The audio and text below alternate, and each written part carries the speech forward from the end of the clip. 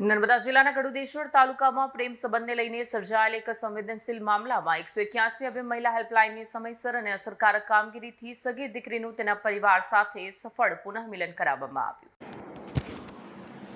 મળતી માહિતી મુજબ એક મહિલાએ 181 અભયમ મહિલા હેલ્પલાઇન પર કોલ કરીને જાણ કરી કે તેમની 17 વર્ષ સગીર દીકરી ગામના જ એક યુવક સાથે પ્રેમ સંબંધમાં હોવાને કારણે રાત્રિના સમયે ઘરેથી નીકળી ગઈ છે।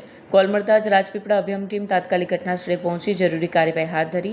તપાસ દરમિયાન મહિલાએ જણાવ્યું હતું કે તેઓ વિધવા છે અને 3 દીકરીઓની માતા છે।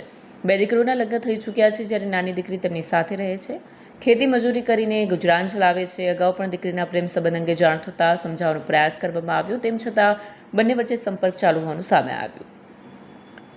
અભયમ ટીમ દ્વારા દીકરીને તેના સગીર વયને ધ્યાનમાં રાખી લાગુ પડતા કાયદાકીય નિયમો, સુરક્ષા, શિક્ષણ અને ભવિષ્યના મહત્વ અંગે વિગતવાર સમજ આપવામાં આવી। સાથે સાથે માતા અને દીકરી બંનેને પરસ્પર સમજણ, વિશ્વાસ અને પરિવારની જવાબદારી અંગે માર્ગદર્શન પૂરું પાડવામાં આવ્યું। અસરકારક કાઉન્સેલિંગ બાદ દીકરીને પોતાની ભૂલનો અહેસાસ થયો, તેણે માતા સાથે ઘરે પરત જવાની સંમતિ આપી। 181 અભયમ મહિલા હેલ્પલાઇનની આ કામગીરી ફરી એકવાર સાબિત કરે છે કે યોગ્ય સમયે મળતી મદદ, માર્ગદર્શન અને કાઉન્સેલિંગ અનેક પરિવારોને સંકટમાંથી બહાર લાવવામાં મહત્વની ભૂમિકા ભજવે છે। વિડીયો જર્નાલિસ્ટ સર્જન વસાવા સાથે સત્ય ટીવી ન્યૂઝ, દેડિયાપાડા।